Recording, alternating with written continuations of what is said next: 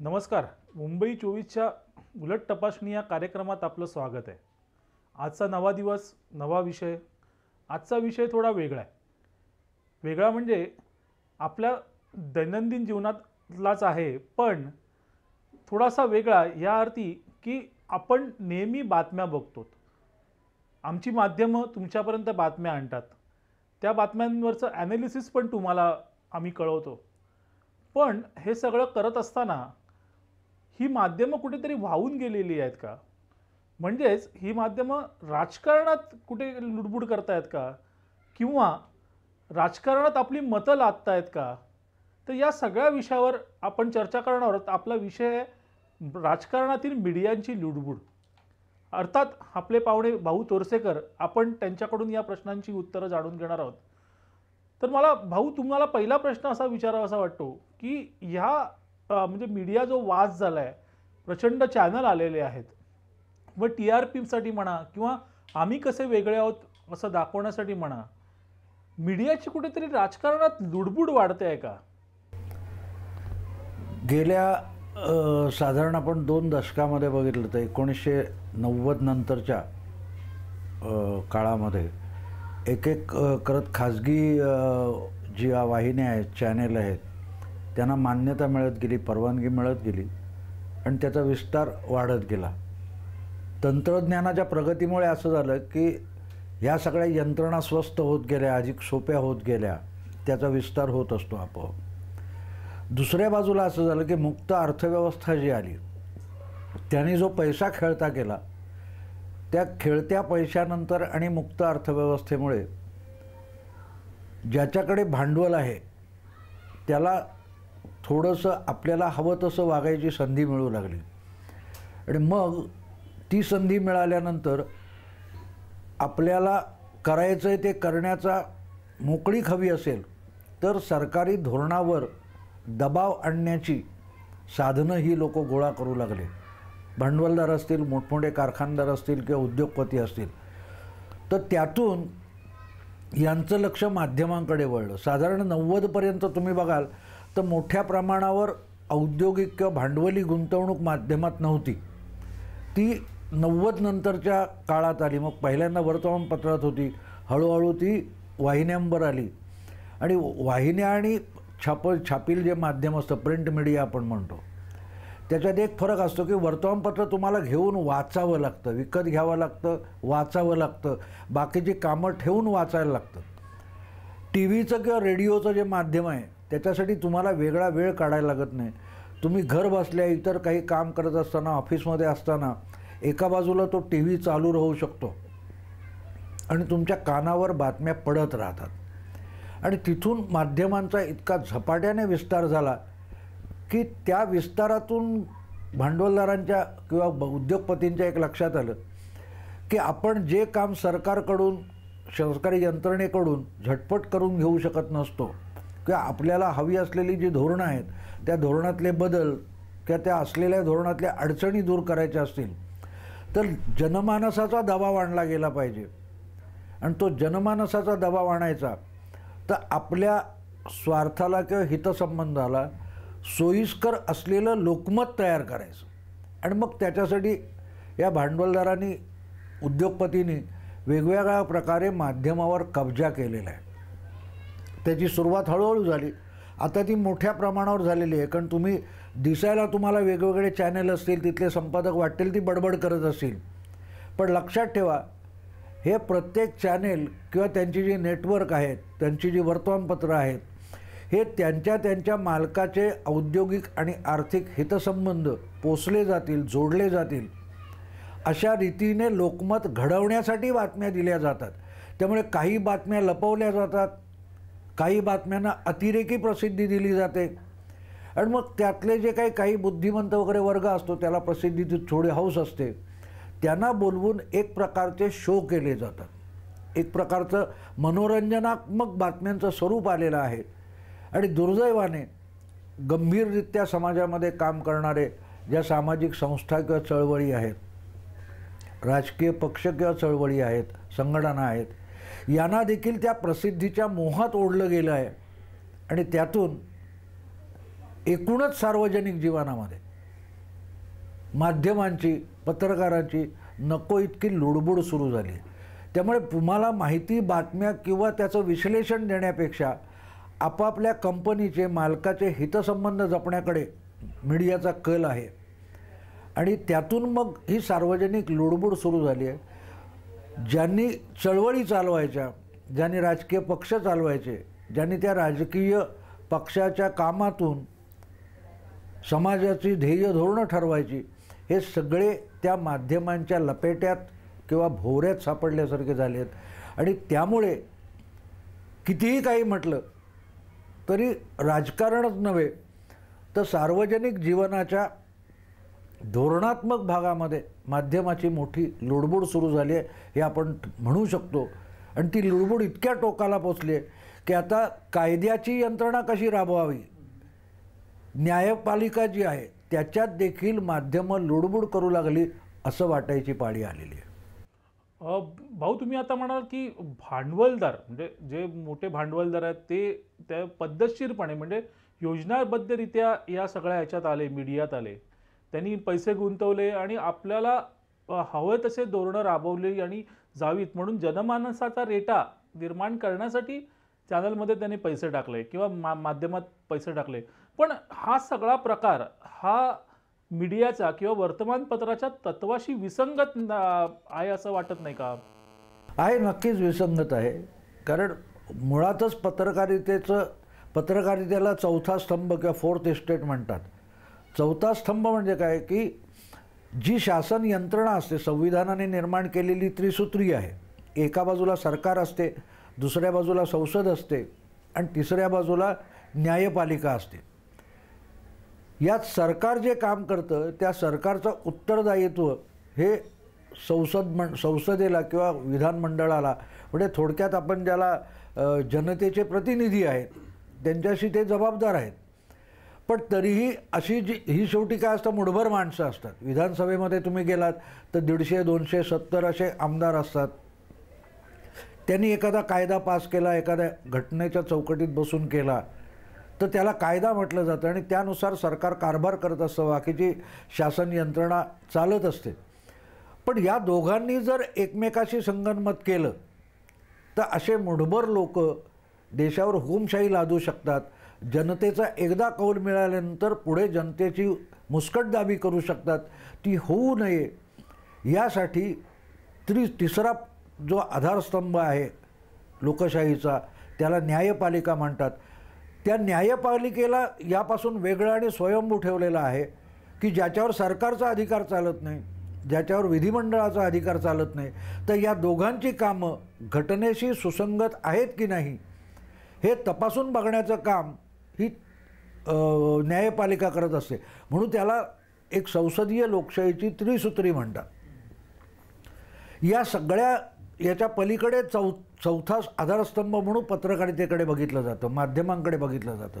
आता घटनेच्या सगळ्या रचनेमध्ये, संविधानाच्या किंवा घटनात्मक संसदीय लोकशाहीच्या रचनेमध्ये तुम्ही कुठेही कायदेशीर किंवा घटनात्मक असा पत्रकारितेला अधिकार दिलेला नाही. आमचे अनेक पत्रकार म्हणतात की आम्हाला घटनात्मक अधिकार दिलेला आहे, आम्हाला घटनेने अधिकार दिलेला आहे, आम्हाला बाबासाहेब आंबेडकरांनी अधिकार दिलेला आहे. हे सगळं थोतांड आहे. असा कुठलाही अधिकार पत्रकारांना घटनेने किंवा कायद्याने दिलेला नाही. सामान्य जनता, सामान्य नागरिक आणि पत्रकार याच्यामध्ये काडीचाही फरक नाही. जो अधिकार आविष्कार स्वातंत्र्य म्हणून, मतस्वातंत्र्य म्हणून सामान्य नागरिकाला दिलेला आहे तोच अधिकार पत्रकाराला आहे, जो सामान्य नागरिकाला आहे. म्हणजे तुम्ही एक पत्रकार म्हणून जे काम करता, जे मतप्रदर्शन करता, तोच अधिकार मला ट्विटरवर, फेसबुकवर किंवा मी स्वतंत्ररित्या मत व्यक्त करण्याचा असतो तेवढाच आहे.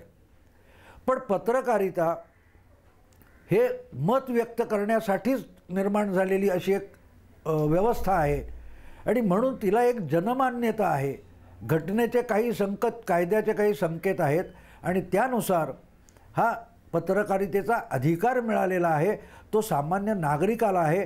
त्यातले काही नागरिक उठून पत्रकार होतात आणि ते समाजाच्या वतीने, जसा आमदार एक काम करत असतो न्यायाधीश एक काम करत असतो, वकील काम करत असतो, डॉक्टर काम करत असतो, तसा पत्रकार हा जनतेचं अघोषित प्रतिनिधित्व करत असतो. त्यामुळे त्याला काहीतरी विशेष अधिकार आहे, हा जो भ्रम पसरवला जातो तो चुकीचा आहे, त्याचा काही संबंध नाही. पण भाग असा असतो की डॉक्टर आपलं काम करतो, वकील करतो किंवा इतर कोणतरी मेकॅनिक किंवा गवंडी करत असेल. पत्रकार हा जनतेला माहिती पोचवत असल्यामुळे, ती माहिती समजावून देण्याचं काम करत असल्यामुळे त्याच्या कामाला समाजाच्या जडणीघडणीमध्ये एक महत्त्व आहे आणि म्हणून त्याला एक सन्मान दिला जातो. त्याला फोर्थ इस्टेट म्हटलं जातं. पण त्याच्याही काही लक्ष्मण रेषा आहेत, त्याच्याही काही मर्यादा आहेत. त्या मर्यादांचं उल्लंघन करण्याची प्रवृत्ती वाढती आहे, ज्याला तुम्ही आता आपण आपल्या चर्चेत जो आला की भांडवली लोकांनी जणू काय पत्रकारितेला किंवा ह्या सगळ्या आविष्कार स्वातंत्र्याला आपल्या गळ्यात पट्टा बांधून आपल्या सेवेत लावला आहे, अशा रीतीने हालचाली सुरू होत आहेत. भाऊ, तुम्ही आता म्हणालात की म्हणजे ज्या भांडवलदार जे आहेत ते पत्रकारांना गळ्यात बांधून म्हणजे हे करतायत, आपल्याप्रमाणे वागवत आहेत. भाऊंच्या चर्चेत भाऊंच्या उत्तरात असाही एक मुद्दा आला की पत्रकार त्याची काही कर्तव्य आहेत, त्याची काही बंधनं आहेत. ती नेमकी कोणती आहेत ती आपण बघू एका ब्रेक नंतर.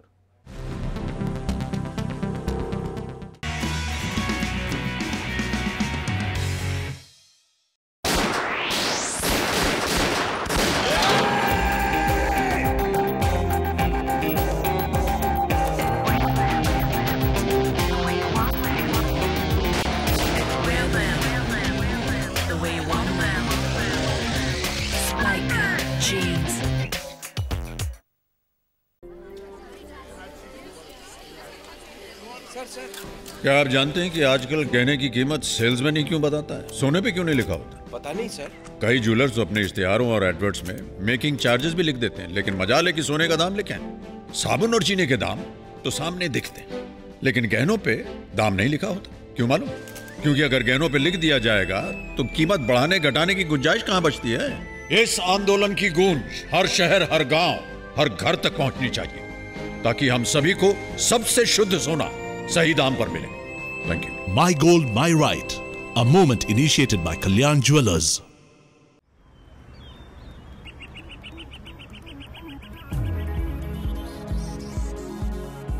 Realty, infrastructure, hospitality, ports. Welcome to the Hex way of life. Hex Corp, celebrating growth.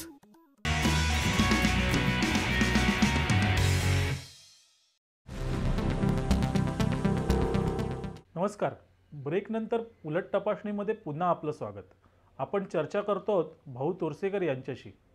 भाऊ, ब्रेकला जाण्यापूर्वी मी आपल्याला प्रश्न विचारला की पत्रकारांवर काही बंधनं असतात आणि ही बंधनं म्हणजे आमच्या वाचकाला, आमच्या दर्शकालाही असं वाटतं की ती बंधनं नेमकी काय आणि ती कुठून आली हे त्यांनाही जाणून घ्यायचं आहे. तर तुम्ही काय सांगाल, ही बंधनं नेमकी आली कुठून?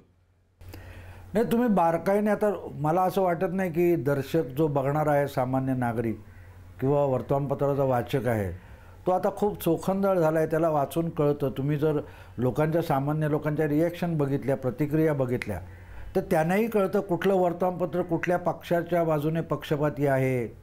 म्हणजे उदाहरणार्थ सामनासारखं वर्तमानपत्र आहे की हे शिवसेनेचं मुखपत्रच आहे, पण मग इतर जी स्वतःला जनरल समजणारी किंवा अगदी अलिप्त किंवा तटस्थ मानली जाणारी वर्तमानपत्र आहेत, ती सुद्धा कुठे ना कुठे झुकलेली आहेत. हे कळतं लोकांना. आता लोक तेवढे बावळट राहिलेले नाही. पण ठीक आहे, माहितीपत्र म्हणून लोक हातात घेत असतात, पण त्यातल्या मतांना लोक किंमत देत नाहीत. तुम्ही आत्ता ताजे जर निवडणुकांचे निकाल बघितले तर त्याच्यात कळतं ना, माध्यमांनी खूप काही गोष्टी सांगितल्या, पण व्हायचं तसंच मतदान झालं ना. तर तिथे फरक लक्षात घेतला पाहिजे. लोकांना ह्या गोष्टी कळत असतात. मला आठवतं की साधारण 4 वर्षापूर्वी किंवा 3 वर्षापूर्वी जेव्हा बंगाल, तमिळनाडू अशा ज्या विधानसभांच्या निवडणुका झाल्या, त्यावेळेला भारतातल्या या उपग्रह वाहिन्यांची सुरुवात करणारा पहिला माणूस किंवा भारतातल्या सेफॉलॉजी म्हणजे ओपिनियन पोलची सुरुवात करणारा पहिला माणूस डॉक्टर प्रणय रॉय यांनी त्यावेळेला एक महत्त्वाचं विधान केलं होतं आणि ते पत्रकारांसाठी अतिशय गंभीर आहे. त्या निकालानंतर, कारण त्याविषयी पत्रकारांनी अनेक आपली आपली विश्लेषणं सांगितली होती, अंदाज सांगितले होते आणि ते फार भुईसपाट झाले. त्या निकालानंतर प्रतिक्रिया व्यक्त करताना प्रणय रॉय म्हणाला होता की यापुढे भारतीय निवडणुकांमध्ये माध्यमांचं, पत्रकारांचं उपयोग किंवा वापर किंवा परिणाम शून्य झालेला आहे. म्हणजे आपण इतके परिणाम शून्य होऊन गेलोत पत्रकार लोक. ह्याचं कारण असं की आपल्याला असं वाटतंय पत्रकारांना बसलेले की आपण सांगतो तेवढीच माहिती लोकांपर्यंत पोचते. तसं राहिलेलं नाही. इंटरनेटमुळे, फेसबुकमुळे हे इतर इतकी माध्यमं तयार झालेली आहेत की त्यातून छोटीशी गोष्ट जगाच्या या कोपऱ्यात घडली तर ती त्या कोपऱ्यात पोचायला आता वेळ लागत नाही. लोक तुमच्या वर्तमानपत्रावर किंवा टी व्हीच्या वाहिन्यांवर अवलंबून राहिलेले नाहीत. एक मित्र अमेरिकेत बसलेला मला ताबडतोब SMS पाठवू शकतो किंवा फेसबुकवर मला माहिती सांगू शकतो किंवा तो जगात कोणालाही बघायचं असेल तर तो इंटरनेटवर माहिती टाकू शकतो. त्यामुळे तुम्ही लपवलं म्हणून ती माहिती लपून राहत नाही आता, हे लक्षात घ्या. आणि त्यामुळे लोकांना कळायला लागले. पण आम्ही पत्रकार अजून अशा भावनेत आहोत की आम्ही लपवली बातमी तर ती लोकांपर्यंत पोहोचणार नाही. ही मजेशीर गोष्ट आहे की पूर्वापार आपले बापजादे सांगत आले की कोंबडं झाकलं म्हणून सूर्य उगवायचा थांबत नाही. ही वस्तुस्थिती झाली. आत्तापर्यंत जेव्हा ह्या माध्यमांचा इतका विस्तार प्रसार झाला नव्हता त्यावेळेला वर्तमानपत्रात आलं नाही तो खेड्यापाड्यापर्यंत गोष्टी पोहोचत नव्हत्या. पण आता दूरध्वनी, mobile phone, SMS, Facebook, internet याच्यामुळे माध्यमांच्या आधी ती बातमी खेडोपाडी पोहोचलेली असते. त्यामुळे तुम्हाला ह्या भ्रमात राहू नका पत्रकारांनी किंवा माध्यमांनी किंवा त्याच्या मालकांनी की आपण कोंबडं झाकलं म्हणून सूर्य उगवायचा थांबणार नाही. तुम्ही कोंबडं झाकून ठेवा, 6 महिने झाकून ठेवा. आणि तेच आत्ता परवाच्या निकालामध्ये दिसून आलं. निकालामध्ये स्पष्ट दिसून आलं की आज निकाल लागल्यानंतर केजरीवाल आणि आम आदमी पार्टीचं कौतुक चालू आहे. पण ते कौतुक चालू असताना दुसरीकडे मोदीचं किंवा भाजपचं जे 3 राज्यातलं यश आहे ते झाकण्यासाठी मग हीच स्ट्रॅटेजी होते. तुम्हाला मोदीचं यश लपवायचं आहे म्हणून मग तुम्ही आम आदमी पक्षाचं कौतुक करत बसणार. ही जी फसवणूक ही थांबली पाहिजे, नाहीतर आपली क्रेडिबिलिटी, माध्यमांची विश्वासार्हता संपत चालली आहे. याचं कारण एक प्रकारे तुम्ही कुठल्या नेत्याच्या बाजूने, पक्षाच्या बाजूने राजकारणात आणि लोकमत घडवण्यात लुडबुड करायला लागला आहे आणि ते जाणवायला लागले. सामान्य माणसाला कळायला लागले. तो चटकन बोलत नाही पण तो बोलायला लागला तर फार वाईट परिणाम होतील. तुम्ही एक सध्या दिल्लीत सामान्य माणसं बोलतात की या पक्षाने सरकार बनवावं की न बनवावं म्हणून वेगवेगळ्या वाहिन्यांनी रस्त्यावरच्या लोकांना विचारलं तर त्याच्यात काँग्रेस हे शातीर पार्टी आहे, काँग्रेस हे बदमाश पार्टी आहे किंवा भाजप भ्रष्ट पार्टी आहे असं लोक बोलायला लागले. हे लोक असं बोलतात हे निवडणुकीच्या आधी कुठल्या वाहिन्यांनी दाखवलेलं नव्हतं. म्हणजे एक प्रकारे या वाहिन्या ह्या उघड्या पडलेल्या आहेत या सगळ्या प्रकारामध्ये. मग त्या सगळ्या काळामध्ये निवडणुका चालू असताना किंवा निवडणुकांचा प्रचार वगैरे चालू असताना हे जनमत तुम्हाला दिसत नव्हतं का? दिसत असेल तर तुम्ही सांगितलं का नव्हतं? तर तुम्ही लपवून ठेवलं होतं. आणि तिथे तुम्हाला कळेल की एक प्रकारे या सगळ्या प्रस्थापित राजकीय व्यवस्था जी आहे त्यात माध्यमं भागीदार होऊ लागलेली आहेत. आणि मग ती कोणाच्या वतीने? तर त्या माध्यमात जो पैसा गुंतवणारा आहे त्याच्या हितसंबंधाच्या दृष्टीने ही माध्यमं त्या राजकारणात लुडबुड करू लागलेली आहेत. हे दिसतं. आता त्याची उदाहरणंही देता येतील. भाऊ, तुम्ही आता म्हणालात की माध्यमं ही राजकारणात लुडबुड करू लागले. आपला विषयही तोच आहे की माध्यमे ही राजकारणात लुडबुड करू लागली आहेत. पण मला एक प्रश्न तुम्हाला असा विचारायचा आहे की फक्त पैसा हे एकमेव कारण आहे का? किंवा पैसे मिळावेत आणि ते जर असेल तर मग ते फार गंभीर आहे असं तुम्हाला वाटत नाही का? नक्कीच आहे. याचं कारण लक्षात घ्या की पत्रकारिता हा पेशा आहे. तुम्ही काही विशिष्ट हेतूने त्याच्यात आलेला असता की आपण लोकशिक्षण करणार आहोत, आपण लोकांचं प्रबोधन करणार आहोत, ही पत्रकाराची मूळ भूमिका असली पाहिजे. नुसती माहिती देणं असं नाही. नुसती माहिती देण्यासाठी पत्रकारिता नसेल. तर याच्यात लोकहिताचं काय की किंवा लोकहिताला बाधक काय हे सांगणं, त्या दृष्टीने ती बातमी, ती माहिती लोकांपर्यंत घेऊन जाणं हे पत्रकारितेचं काम आहे. पण तुम्ही आता विचार करा की ज्या वेळेला 1-1.5 वर्षापूर्वी जेव्हा कोळसा खाण घोटाळा, कोलगेट ज्याला म्हणतात, त्याचा गाजावाजा सुरू झाला, त्या सगळ्या वाहिन्यांवर त्या कोलगेटवरून कल्लोळ चालू होता. पण तुम्हाला गंमत अशी दिसेल की एक मराठी, एक हिंदी आणि एक इंग्लिश, एका नेटवर्कच्या ज्या 3 वाहिन्या आहेत, त्या तिन्ही वाहिन्यांवर एका विशिष्ट व्यक्तीच्या संदर्भातली जी माहिती होती ती सोडून सगळी माहिती दिली जात होती. कारण त्यातल्या एक वाहिनीचा मालकच त्या कोलगेटमध्ये गुंतलेला होता. आता इथे कळतं आपल्याला की त्यांना माहिती तर द्यायची आहे, पण काही माहिती लपवायची सुद्धा आहे. आता हे असं त्या वाहिनीने का केलं? आम्ही सगळीकडे खरं सांगतो, आमचं मत ठाम आहे असं म्हणायचं. मग तुमचं जे ठाम मत असतं ते ठराविक ठिकाणी कोलमडतं कशाला? तर तुमचा मालक ज्या वेळेला त्यात गुंतलेला आहे तेव्हा त्याची पापं झाकायचं काम जर तुम्ही करत असाल तर तिला पत्रकारिता म्हणता येत नाही. ती पत्रकारिता नसते. तर तुम्ही प्रत्यक्ष शासकीय निर्णय प्रक्रियेमध्ये लुडबुडायला लागता, तुम्ही त्याच्यात घोटाळे करू लागता आणि मग तुमच्यामध्ये आणि राजकीय घोटाळे करणाऱ्यांमध्ये काही फरक उरत नाही. तिथे आपल्याला सावध व्हावं लागेल. भाऊंनी आता सांगितलं की सावध व्हावं लागेल. आपण सर्वसामान्य नागरिक, पत्रकारांकडून येणारी माहिती आपल्यापर्यंत येते, आपण ती जर चाळून नाही घेतली तर अर्थाचा अनर्थ होऊ शकतो. हे सावध होणं म्हणजे नेमकं काय? पाहूया एका ब्रेक नंतर.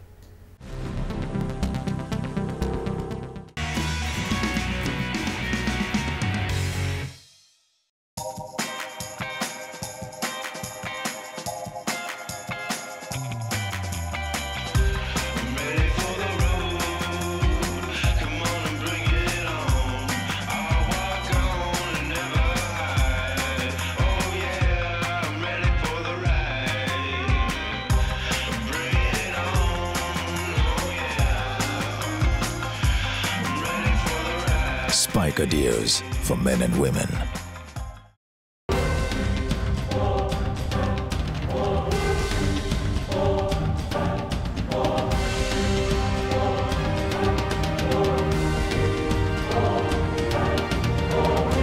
अग्नि, यह अग्नि तब पवित्र मानी जाती है जब 2 लोग इसके साथ फेरे लेते हैं, लेकिन अगर वही आग उनके घर को तबाह करे तो ऐसे में इस आग की चिंगारी को भड़कने से रोकना जरूरी हो जाता है। फ्लेम आउट नाउ, जो आपको और आपके अपनों को किसी भी तरह की छोटी मोटी या बड़ी आग के धमाके से महफूज रखेगा। ये फोम बेस्ड एरोसोल कैन उठाने में हल्का है। किचन में काम करते वक्त या ऑफिस में या कहीं और आग कभी भी कहीं भी लग सकती है। बस फ्लेम आउट नाउ अपने पास रखिए और तुरंत आग पर काबू पाइए। उस दिन मैं ऑफिस में बैठा काम कर रहा था, अचानक से मुझे कुछ जलने की बदबू सी आने लगी और मैंने देखा कि इलेक्ट्रिक स्विच में से चिंगारी निकल रही है, जिसकी वजह से ये आग भड़क उठी थी। तभी मेरी नजर फ्लेम आउट नाउ पर गई। मैंने टाइम वेस्ट ना करते हुए इसकी मदद से आग को बुझाया। ये हैंड हेल्ड फायर एक्सटिंग्विशर आपकी, आपके अपनों की और आपकी संपत्ति सबकी सुरक्षा करेगा। फोम बेस्ड इस एक्सटिंग्विशर को मेंटेनेंस की भी जरूरत नहीं है। बस आग लगने पर इसका कैप या सील उतारें, आग से थोड़ी दूर पर खड़े हो जाइए और इसको डायरेक्टली आग की लपटों पर छिड़क दें जब तक कि आग पूरी तरह से बुझ नहीं जाती। इसके बाद अपने नजदीकी लोकल इमरजेंसी नंबर पर कॉल करना ना भूलें। फ्लेम आउट नाउ पैक में आपको मिलते हैं 1+1 हैंड हेल्ड फायर एक्सटिंग्विशर, जिसकी कीमत है मात्र। ऑर्डर करने के लिए डायल करें हमारे दिए गए नंबरों पर, लॉग इन करें globusmall.com पर। फ्लेम आउट नाउ, अपना सुरक्षा कवच।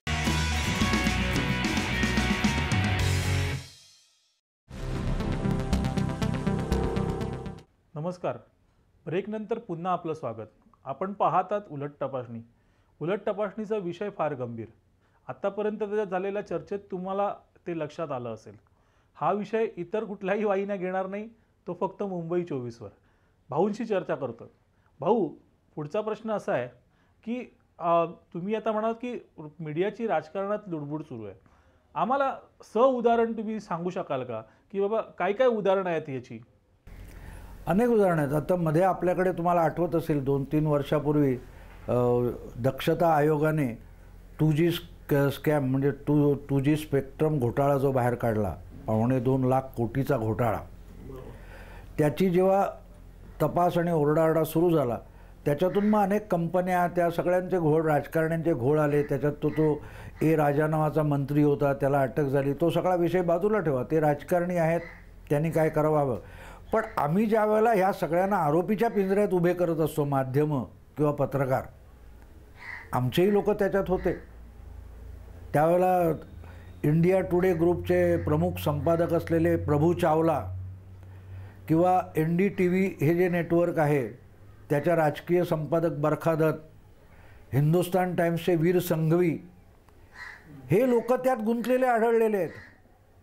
हे काय करत होते तर 2009मध्ये ते विशिष्ट दूरसंचार खातं कोणाला द्यावं, कुठल्या पक्षाला द्यावं, कुठल्या मंत्र्याला द्यावं, याची जी उद्योगपती आणि भांडवलदार सौदेबाजी करत होते, त्या सौदेबाजीतले हस्तक म्हणून आणि दलाल म्हणून हे तिघे पत्रकार काम करत होते. ते कोणाकोणाशी फोनवर बोलले, यांनी कसं लॉबिंग केलं की कुठच्या व्यक्तीला, कुठच्या मंत्र्याला हे खातं दिलं पाहिजे, तो कुठल्या कंपनीचा आहे, हा सगळा उद्योग हे 3 पत्रकार करत होते. हे आलं त्यांचं, म्हणजे त्यांचं त्या निमित्ताने जे चोरून केलेलं ध्वनिमुद्रण होतं त्यांच्या फोनचं आणि संवादाचं, ते सगळं चव्हाट्यावर आलं. कोणी आपले किती पत्रकार किंवा किती वाहिन्या त्यांच्यावर तुटून पडल्या. मला सांगा की आज ते माजी सुप्रीम कोर्टाचे माजी न्यायाधीश आहेत अशोक कुमार गांगुली, यांचं जे प्रकरण आहे त्याच्याविषयी डंका आम्ही माध्यमं पिटतोय. ते कधी राजीनामा देणार, ते कधी राजीनामा देणार, त्यांनी अमुक केलं, त्यांनी तमुक केलं. तुमचा आसाराम बापू असेल, किती कोणी बोल, आम्ही ओरडाओरडा करतो ना माध्यमं आम्ही. मग तरुण तेजपालचा विषय असो किंवा मग या बरखा दत्त किंवा प्रभू चावला आणि हिंदुस्तान टाइम्सचे वीर संघवी असोत, त्यांच्याबद्दल माध्यमांनी किती ओरडाओरडा केला. कुणाला लाज वाटली आम्हाला की आमच्यातले लोक अशा भयंकर मोठ्या देशाची, जनतेची फसवणूक करणाऱ्या एका घोटाळ्यामध्ये सहभागी होते, याच्याबद्दल आम्ही कुठला निषेध केला नाही. आमची अपेक्षा काय असते, त्याच न्यायाधीशांनी, त्याच न्यायालयांनी, त्यांच्यातला एक न्यायाधीश नालायक निघाला तर त्याच्यावर कारवाई कोणी कोर्टाने केली पाहिजे. एक पोलीस कुठच्या तरी भ्रष्टाचारामध्ये किंवा कशात सापडला तर त्याच पोलिसांनी, पोलीस खात्याने त्या पोलिसावर कारवाई केली पाहिजे. त्या शासनाचा एखादा अधिकारी असेल, मंत्री असेल तर मुख्यमंत्री किंवा सरकारने त्या मंत्र्याविरुद्ध कारवाई केली पाहिजे.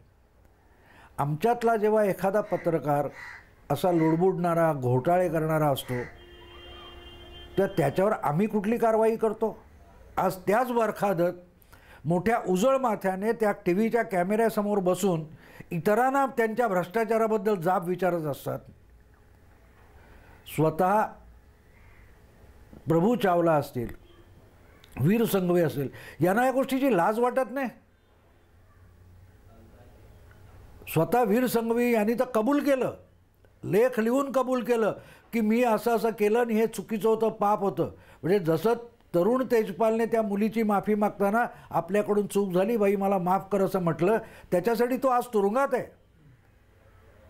पण 2G घोटाळ्यातला वीर संघवी पण लेखी लिहून माफी मागतो. त्याच्याबद्दल आमची भूमिका काय? याचा अर्थच असा झाला की आज माध्यमांचं कुठचं तरी संपादकपद मिळवायचं, मुख्य व्हायचं आणि आम्ही त्याच्यात राजकारणात लुडबुड करायची आणि फसला की आम्ही त्याच्याकडे बोट दाखवायची की हा चोर आहे. म्हणजे त्या स्नूपिंग गेटचं जे टेप रेकॉर्ड आलेली आहे की अमित शहा कुठच्या तरी पोलीस अधिकाऱ्याला सांगतो या मुलीचा पाठलाग करा, तिच्या मागे राहा, अमुक तमुक, त्याच्याबद्दल तीच बरखा दत्त बोलते. पण त्याच बरखा दत्तच्या रेकॉर्डबद्दल किंवा जे ध्वनिमुद्रण केलं आहे त्याच्याबद्दल तिने कधी उत्तर दिलं का? इथे आपण राजकारणात लुडबुड सुरू केलेली आहे. आपण राजकारणाला वळण द्यायला बघतोय आणि मग आपण आपल्या स्वार्थासाठी देतोय का? नाही. आपल्याला आपला जो पोशिंदा आहे कोणीतरी उद्योगपती भांडवलदार त्याच्या कंपनीचे हितसंबंध जपण्यासाठी किंवा वाढवण्यासाठी आपण जनमताला प्रभावित करत असतो, आपण लोकांच्या मनात काही समजुती घालत असतो. ही पत्रकारिता नाही. मी यालाही अंधश्रद्धा म्हणतो.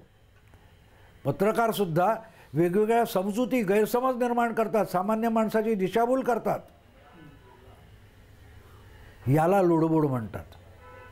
सरकारचं धोरण कसं असावं, सरकारचा मंत्री कसा असावा, अमुक ठिकाणी अमुक अधिकारी असावा की नसावा, या संबंधीचे डावपेच आणि कारस्थानं करण्यात जर पत्रकार घुसणार असतील तर त्यांना पत्रकार म्हणून तो सन्मान मिळता कामा नये. राजकारणात फार मोठी लुडबुड सुरू झालेली आहे. आम्ही एखाद्या व्यक्तीचा बळी घेतो असं व्हायला लागलेलं आहे. तो बळीचा किस्सा मी तुम्हाला सांगेन, कारण आम्ही ज्या पद्धतीत एका माणसाला आयुष्यातून उठवतो आणि एखाद्या नालायक माणसालाही आम्ही मोठे करून टाकतो. याला पत्रकारिता म्हणत नाही, त्याला मार्केटिंग म्हणतात. आम्ही आज मोठमोठ्या उद्योगपतींचे, कारण ज्यांनी आमच्या चॅनलमध्ये, नेटवर्कमध्ये, वर्तमानपत्राच्या मालकीमध्ये मोठमोठी गुंतवणूक केली आहे, त्या लोकांचे आम्ही सेल्समन झालेलो आहोत. आम्ही पत्रकार म्हणून मिरवत असतो, पण वास्तविकता काय आहे, आम्ही सुद्धा बुजगावणी झालो आहे किंवा आम्ही सुद्धा तितकेच बदमाश झालो आहे.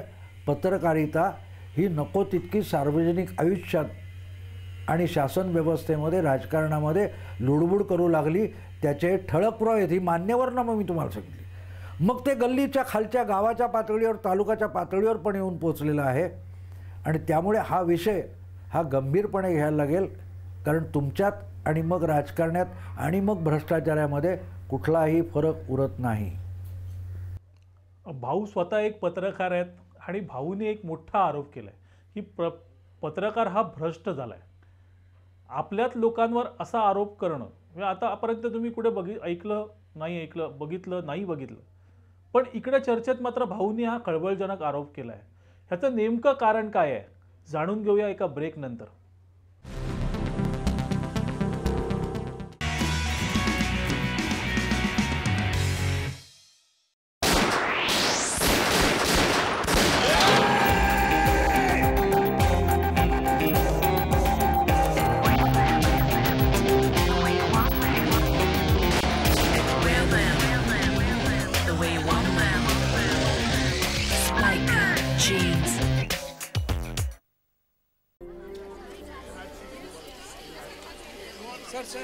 क्या आप जानते हैं कि आजकल गहने की कीमत सेल्समैन ही क्यों बताता है, सोने पे क्यों नहीं लिखा होता? पता नहीं सर. कई ज्वेलर्स तो अपने इश्तिहारों और एडवर्ट्स में मेकिंग चार्जेस भी लिख देते हैं, लेकिन मजाल है कि सोने का दाम लिखे हैं. साबुन और चीनी के दाम तो सामने दिखते हैं, लेकिन गहनों पे दाम नहीं लिखा होता. क्यों मालूम? क्योंकि अगर गहनों पे लिख दिया जाएगा तो कीमत बढ़ाने घटाने की गुंजाइश कहां बचती है. इस आंदोलन की गूंज हर शहर, हर गांव, हर घर तक पहुंचनी चाहिए, ताकि हम सभी को सबसे शुद्ध सोना सही दाम पर मिले. Thank you. My Gold, My Right, a movement initiated by Kalyan Jewellers.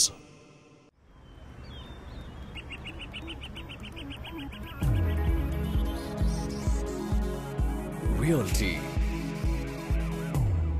infrastructure, hospitality, ports.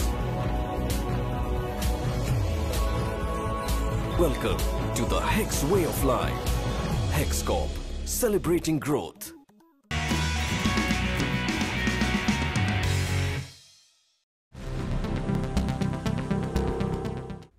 Break नंतर उलट तपासणीमध्ये पुन्हा आपलं स्वागत. आपण चर्चा करतो भाऊ तोरसेकर यांच्याशी. भाऊनी ब्रेकवर जायच्या अगोदर एक आरोप केला की पत्रकार हा भ्रष्ट झालेला आहे, आणि अशा प्रकारे जेव्हा पत्रकार भ्रष्ट होतो तेव्हा नकळतच त्याचे परिणाम कोणाला ना कोणाला तरी भोगावे लागतात. भाऊंना माझा हा पुढचा प्रश्न हाच आहे की भाऊ, पत्रकार जो भ्रष्ट झालेला आहे त्याचे दुष्परिणाम काय आहेत? हे दुष्परिणाम कसा असतं लक्षात घे की तुमच्यावर लोक विश्वास ठेवतात. एक बातमी आली, अशी बातमी आली, आम्ही लोकांना बातम्या देत असतो, तेव्हा मत आणि वस्तुस्थिती ह्याच्यात फरक ठेवली पाहिजे. एक गोष्ट मी बघितली, एक घटना बघितली, ती घटना बघितल्यानंतर माझी एक समजूत होते म्हणून ती वस्तुस्थिती असते असं नाही. ते माझं मत आहे की आज तुम्ही बघाल की एक माणूस आहे त्याच्यावर कसला तरी आरोप होतो, तो आरोप झाल्यानंतर आम्ही इतकी खळबळ उडवून देतो की त्याच्यावरचे आरोप सिद्ध झालेत, म्हणजे तुम्ही त्याला अटक का करत नाही असे पोलिसांना प्रश्न विचारतात. पण अटक कोणालाही अशी चटकन करता येते का? नुसता आरोप असेल तर त्याची काही प्रक्रिया आहे, कायद्याची एक प्रक्रिया आहे. पण एवढं दडपण आणलं जातं की त्याच्यात उदाहरणार्थ मी तुम्हाला आज नेमकी आपण ही चर्चा करतोय त्यावेळेला दाभोळकरांच्या हत्येला 4 वर्ष पूर्ण होऊन गेले, 4 महिने पूर्ण होऊन गेलेले. 4 महिन्यानंतर त्या हत्याकांडाचा कुठचाही धागादोरा पोलिसांच्या हाती लागलेला नाही. असं का झालं? मोठमोठे घातपाती आणि गुन्हेगार आणि खुनी लोक पोलीस शोधून काढतात. मग हे एवढी 4 चौघात पुण्याच्या हमरस्त्यावर झालेली हत्या आहे, त्यातले आरोपी पोलिसांना अजिबात सापडत नाहीत. याचं कारण असं आहे की ती हत्या झाल्यानंतर माध्यमातून इतकं काहूर माजवण्यात आलं की दाभोळकरांच्या चळवळीचे संबंधित असलेले जे लोक आहेत त्यातले अनेक पत्रकार आहेत, त्या चळवळीतून आलेले आहेत आणि त्यांच्या दृष्टीने ती हत्या सनातन चळवळ जी काय सनातन संस्था आहे त्यातल्याच लोकांनी केली आहे ह्यांचं गृहीत होतं. आणि हे गृहीत जे आहे, ही जी समजूत आहे ती त्यांनी सरकारपासून पोलिसांवर इतकी थोपून मारली की खरे आरोपी पकडण्यापेक्षा, खरे आरोपी शोधण्यापेक्षा, खरे खुनी शोधण्यापेक्षा कोणतरी सनातनचं एकदा पकडून आपण ह्यांना दाखवू म्हणजे हे भूत शांत होतील म्हणून या लोकांना शांत करण्यासाठी 4थ्या काय 5व्या दिवशी सनातनचे 1-2 लोक कोणतरी गोव्यातून पोलिसांनी पकडून आणले आणि त्यांना पुण्यात आणले आणि त्यांना 1 दिवस कस्टडीत ठेवले आणि मग त्यांच्या हाती काही लागत नाही म्हणून दिले सोडून. पण हे 4-5 दिवस पोलिसांचा अख्खा रोख हा सनातन संस्थेच्या मागे लावण्यात या माध्यमांनी किंवा माध्यमातल्या पत्रकारांनी इतकी ताकद लावली की पोलिसांना त्यांच्या नेमक्या गुन्हा तपास पद्धतीने जाता आलं नाही. आणि त्यामुळे त्याचा जो दुष्परिणाम आहे तो दुष्परिणाम पोलीस तपासावर झाला. गुन्हा घडल्यानंतर तो खुनी असतो, तो तिथून पळाला, तो कच्च्या मार्गाने पळू शकतो, तो एका मिनिटात काय हेलिकॉप्टरने गेला नाही, तो कारने गेला असेल, मोटरने गेला असेल. म्हणजे ती घटना लक्षात आल्यानंतर पोलिसांची धावपळ सुरू झाली ज्यावेळेला, तेव्हा निदान 2 तास तो माणूस, तो खुनी असेल किंवा ते 1-2 खुनी असतील, ते कुठेतरी पुण्याच्या परिसरात होते. पुण्याची नाकाबंदी करून पोलिसांनी त्यांच्या नेहमीच्या पद्धतीत काही कारवाया केल्या असत्या. पण त्याच्या आधीच तुम्ही एवढा कल्लोळ सुरू केला की पोलिसांना आपल्या नेहमीच्या पद्धतीपेक्षा पत्रकार किंवा त्यांचे जे हितसंबंधी टी व्हीवरून ओरडत होते त्यांच्या नादाला लागून पोलिसांना यांना शांत करावं लागलं. गुन्हेगार सुटला तरी चालेल पण ही भूतावळ शांत केली पाहिजे. याला मी ढवळाढवळ म्हणतो, याला मी लुडबुड म्हणतो. आणि आता 4 महिने उलटून गेलेत. हा दुष्परिणाम आहे की एक चांगल्या माणसाची हत्या झालेली आहे आणि त्याचा साधा खुनी सामान्य पद्धतीने पकडणं शक्य होतं, ते अशक्य होऊन बसलेलं आहे. कारण आता समजा तो कोण उत्तर प्रदेशातून आला असेल, तो कोण दक्षिण भारतातून आला असेल किंवा तो हत्याकांडानंतर कुठे कलकत्त्यात जाऊन लपून बसला असेल तर त्याचा शोध घेणं किती अवघड होतं बघा. याचं कारण तुम्ही केलेली लुडबुड आहे. तुम्ही त्या संपूर्ण जी शासनाची किंवा पोलिसांची जी प्रक्रिया असते त्याच्यात ती तुम्ही ढवळाढवळ करता. एवढासा धक्का लागला. तुम्ही आत्ता ते मंगळावर यान गेलं आपलं, ते जवळजवळ 28-29 दिवस पृथ्वीच्या कक्षेत फिरत होते. त्याच्यानंतर त्याला एक कुठंतरी छोटा स्फोट करतात आणि तो त्या दिशेत ज्या गोल गोल फिरत असतो त्याला धक्का बसला की तो दिशा बदलून कुठेतरी जायला लागतो. परत एक धक्का देतात की तो त्या दिशेने जायला लागतो. तसं तुम्ही हे अतिशय नाजूक प्रकरण असतं पोलीस तपास किंवा हे सगळ्या खुनाचा गुन्ह्याचा तपास. त्याची एक दिशा असते, त्याचे धागेदोरे सापडलेले असतात, बारीक सारीक पुरावे असतात, त्याचा पोलीस आपल्या पद्धतीने शोध घेत असतात. त्याला तुम्ही जरासा धक्का दिला तरी ती दिशा बदलली जाते आणि त्याला मी लुडबुड म्हणतो. या प्रकारे आयुष्याच्या सगळ्याच बाबतीत लुडबुड चालू आहे, सगळ्याच बाबतीत लुडबुड चालू आहे पत्रकारांची. आणि त्यामुळे अनेकदा वाटतं की दाभोळकरांचे खरे खुनी मिळू नयेत अशीच ह्या सगळ्या ओरडाआरडा करणाऱ्यांची इच्छा होती काय? त्यांना दाभोळकरांचे खुनी हवे होते शोधून की त्यांना पळायला मदत करायची होती? आणि इथे लुडबुड दिसते. याला मी दुष्परिणाम म्हणतो. हे तुम्हाला अनेक बाबतीत घडताना दिसतील जे सामान्य माणसाच्या वाट्याला येतात. कारण तुम्ही जी माहिती दिलेली असते त्या माहितीच्या आधारे सामान्य माणूस विचार करत असतो आणि त्यावर तो निर्णय घेत असतो आणि तिथे ती लुडबुड कुठेतरी नियंत्रणाखाली आणली पाहिजे आणि म्हणून ही लुडबुड थांबली पाहिजे. भाऊ, तुम्ही म्हणालात ही लुडबुड आता थांबली पाहिजे. थांबणं म्हणजे आता ज्या पद्धतीने ही लुडबुड होते त्याच्यावरून असं वाटतं की थांबणं आता कठीण होत चाललं आहे. कारण नवीन चॅनल येतात, नवीन चॅनलमधले जे नवीन पत्रकार असतात ते पुन्हा त्या जुन्या लोकांना आपला आदर्श मानतात. त्यांच्या दृष्टीने बडबड करणारा, लुडबुड करणारा हा स्टार असतो. नवीन त्याचा कित्ता गिरवायला बघतात. तर हे कुठेतरी मीडियाच्या विश्वासार्हतेच्या विनाशाकडे चाललं आहे का? नक्कीच विनाशाकडे. कारण तुमची विश्वासार्हता, मी मगाशी तुम्हाला प्रणय रायचं उत्तर दिलं की त्याने सांगितलं की आता निवडणुकीच्या राजकारणामध्ये माध्यमांची विश्वासार्हता संपलेली आहे. आणि हे आत्ता तुम्हाला दिसली, इतके ओपिनियन पोल आले, इतकी. मला सांगा, आम आदमीचं जे वर्चस्व उत्तर दिल्लीमध्ये होतं हे सगळ्यांना दिसत होतं, सगळ्यांना दिसत होतं. मग का पत्रकार बोलत नव्हते? का पत्रकार बोलत नव्हते? तुम्ही जर बारकाईने बघितलं तर 2 वर्ष दिल्ली ही सगळ्या त्या राजकारणामध्ये घुसळून निघत होती, वेगवेगळ्या आंदोलनामध्ये. आणि त्या सगळ्या आंदोलनातून काँग्रेसविषयी जबरदस्त तिरस्कार लोकांमध्ये भरलेला होता. अशा वेळेला काँग्रेसचे प्रवक्ते येऊन टी व्हीवर जर काय बोलत असतील किंवा पत्रकार परिषदेत काय बोलत असतील तर त्यांचं खंडन करतानाच तुम्ही भाजपचंही खंडन करत होता. याचा अर्थ तुम्हाला काँग्रेसवर होणारे आरोप जे आहेत हे वाचवायचे होते. पण त्यात तुम्ही काँग्रेसवाले आपण लोकांना उल्लू बनवतोय म्हणून खुश होते. पण झालं काँग्रेसचं नुकसान, झालं काँग्रेसचं नुकसान, भाजपचं नुकसान झालं नाही. मग प्रश्न असा येतो की ही माध्यमांनी केलेली लुडबुड आहे, ही माध्यमांनी केलेली लुडबुड आहे. आणि मग आज घडीला तुम्हालाही कळत नाही की आपण बोलतोय ते बरोबर आहे का चूक आहे. कारण तुमचाही विचार, तुमची दिशा भरकटलेली आहे. आणि म्हणून आपण कुठेतरी आपली पत्रकारांची विश्वासार्हता पुन्हा मिळवायचा प्रयत्न करणं आवश्यक आहे. राजकारणातली लुडबुड थांबून जी माहिती आहे व लोकांना सांगा ही माहिती आहे. मग लोकांना सांगा की या माहितीवर आमचं मत असं आहे, तुम्ही तुमचं मत सांगा. कुठलाही गुन्हा सिद्ध होईपर्यंत एखाद्याला बलात्कारी म्हणणं, तो बलात्काराचा आरोपी असतो, त्याला बलात्कारी म्हणणं हा कायदेशीर गुन्हा आहे. आणि आम्ही पत्रकारिता म्हणून बेछूट गुन्हेगारी करतोय खळबळ माजवण्यासाठी. पत्रकार म्हणून बेछूट गुन्हेगारी करतोय खळबळ माजवण्यासाठी.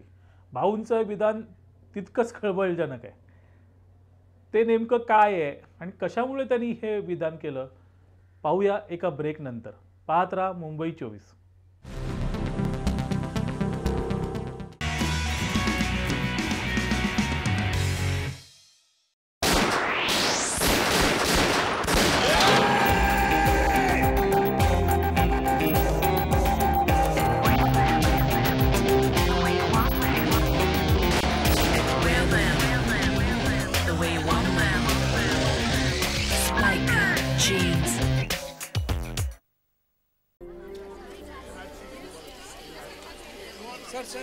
क्या आप जानते हैं कि आजकल गहने की कीमत सेल्समैन ही क्यों बताता है, सोने पे क्यों नहीं लिखा होता? पता नहीं sir.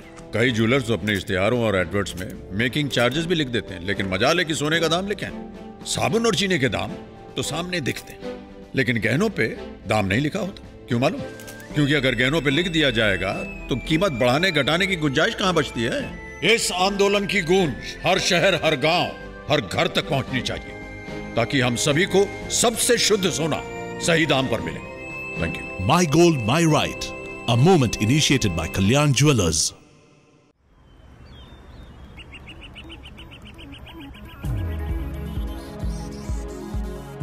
Realty, infrastructure, hospitality, ports. Welcome to the Hex way of life. Hex Corp, celebrating growth.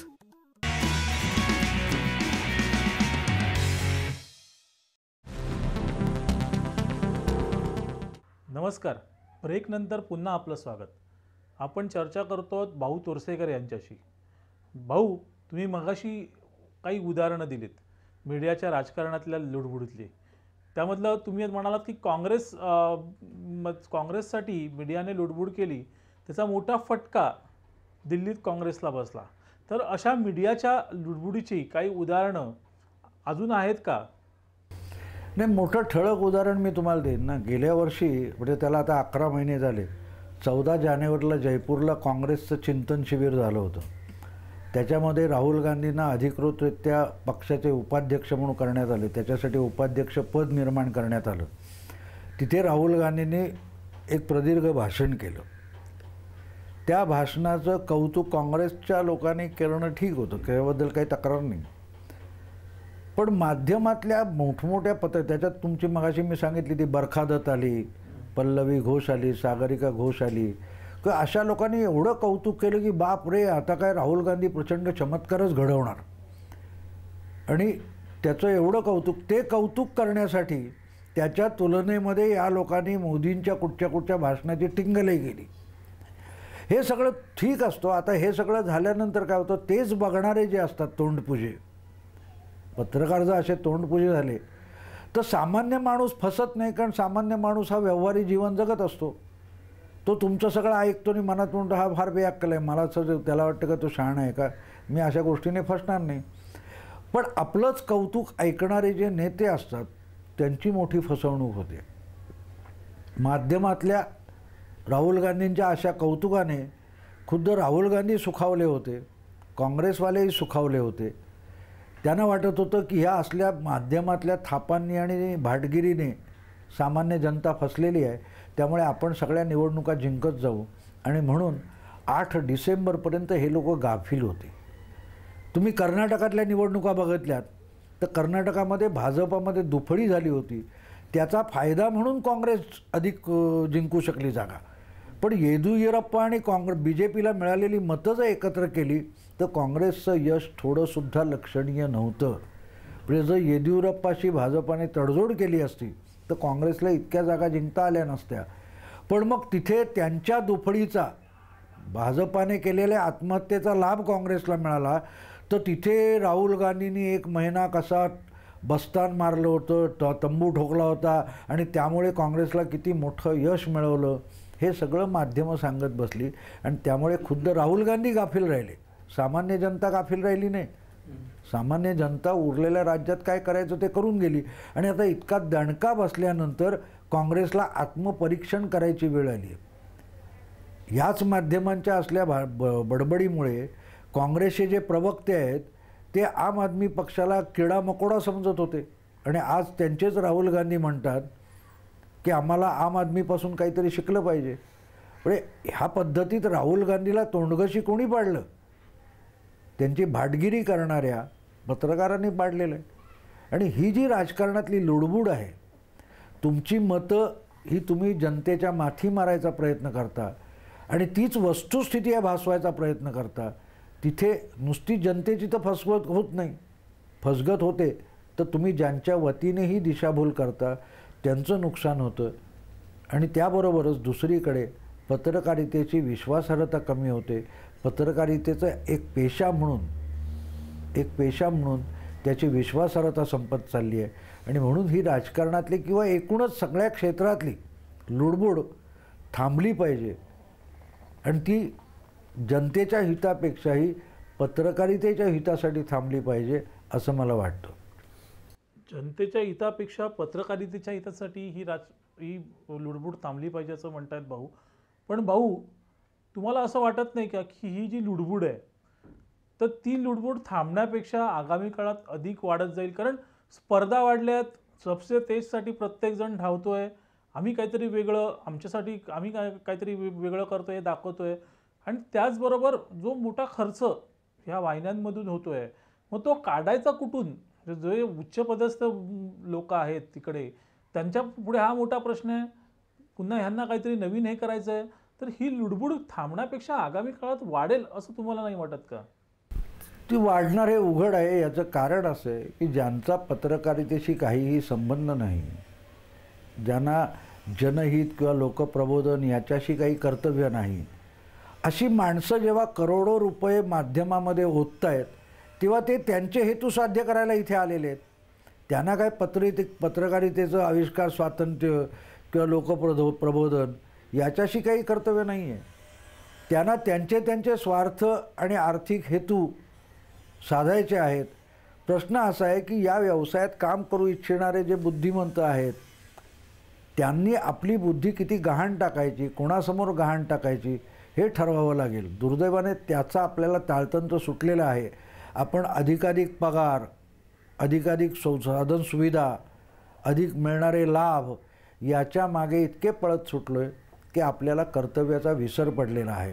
आणि त्याला मी भ्रष्टाचार समजतो. कारण भ्रष्टाचार याचा अर्थ पैसे खाणं असा होत नाही नुसता. तुमचं जे कर्तव्य आहे ते कर्तव्य तुम्ही आचरणात आणता, त्याला आचार म्हणतात. तो आचार जेव्हा भ्रष्ट होतो तेव्हा तो भ्रष्टाचार असतो. त्याच्यासाठी नुसते पैसे खाल्ले पाहिजेत, पैसे काढले पाहिजेत, लाच घेतली पाहिजे असं नाही आहे. तुम्ही जेव्हा तुम्हाला माहिती आहे की आपण जे करतो आहे हे चूक आहे, हे अवैध आहे, हे गैरलागू आहे, हे पाप आहे, हे माहिती असतानासुद्धा जेव्हा आपण एखादी गोष्ट करतो तेव्हा तो भ्रष्टाचार असतो. आणि म्हणून आजची पत्रकारिता ही भ्रष्ट होत चालली असं मला वाटतं. आणि एकदा भ्रष्ट होत गेली की त्याचे दुष्परिणाम सगळ्यांनाच भोगावे लागणार आहेत. ते तुम्हाला मला असं नाही. आणि जनतेवर त्याचा फारसा परिणाम होत नाही. याचं कारण जनता व्यवहारी असते. सामान्य माणूस गरीब हा अत्यंत व्यवहारी असतो. कारण तो व्यवहारात जगत असतो, तो कल्पनेत जगत नसतो. बुद्धिमंत हा कल्पना विश्वास जगतो. सामान्य जनता नाही की तुम्ही त्याला असं सुरी घेऊन किंवा टाचणीने टोचाल सामान्य माणसाला आणि त्याला सांगाल की मी तुझ्या अंगावर मोरपीस फिरवतोय, तो म्हणे रे हलकटा गप्प बस, मला टोचतंय, रक्त येतंय, ते मोरपीस कसं असेल. पण बुद्धिमंत असतो त्याला मात्र याची अडचण नसते. तो कल्पना विश्वास जगत असतो. आणि त्यामुळे कल्पना विश्वास जो जगणारा आहे त्याचा वास्तवाशी संबंध तुटलेला असतो. आणि त्यामुळे जे निवडणुकीचे निकाल लागतात, राजकारणाचे परिणाम येतात, त्याच्यानंतर आमचे बुद्धिमंत धक्का बसल्यासारखे वागायला लागतात. मग राजस्थानमध्ये किंवा मध्य प्रदेशमध्ये असे निकाल का लागले याची उलटी चर्चा आम्ही करतो. ते घडवणारा जो सामान्य नागरिक असतो त्याला चर्चा करायला लागत नाही, कारण त्यांनी घडवलेला असतो चमत्कार. काँग्रेस जे राजस्थानमध्ये किंवा मध्य प्रदेशामध्ये भुईसपाट झालं, गुजरात दिल्लीमध्ये भुईसपाट झाली, ते करणाऱ्याला माहिती आहे ना काय ते, तर करणाऱ्याला माहिती आहे. त्यामुळे यातून आपण शिकलो पाहिजे. आपण दुसऱ्याला शिकवणं थोडा वेळ थांबू. मला वाटतं पत्रकारितेने आणि माध्यमांनी यातून काही धडा घ्यावा, काही शिकावं, हे महत्त्वाचं आहे. नाहीतर दिवसेदिवस माध्यमात पैसा खूप येईल, पैसा बुडवला जाईल. त्यांचे पैसा गुंतवणारे जे आहेत त्यांचे हेतू साध्य होतील. पण पत्रकारितेची मात्र त्यात साफ अब्रू निघून जाईल. तिला कोणी विचारणार नाही. कारण विश्वासार्हता हा पत्रकारितेचा सगळ्यात मोठा अलंकार आहे, सगळ्यात मोठी प्रतिष्ठा आहे. आपण ती प्रतिष्ठा किती पणाला लावायची याचा पत्रकारांनी विचार करावा. आपण चर्चा करतो भाऊ तुरसेकर यांच्याशी.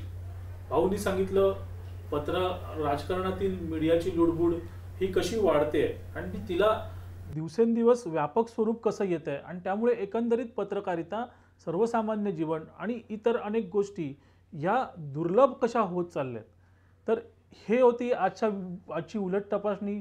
नव्या विषयासह उलट तपासणीमध्ये पुन्हा एकदा भेटू. तोपर्यंत नमस्कार. पाहत राहा मुंबई 24.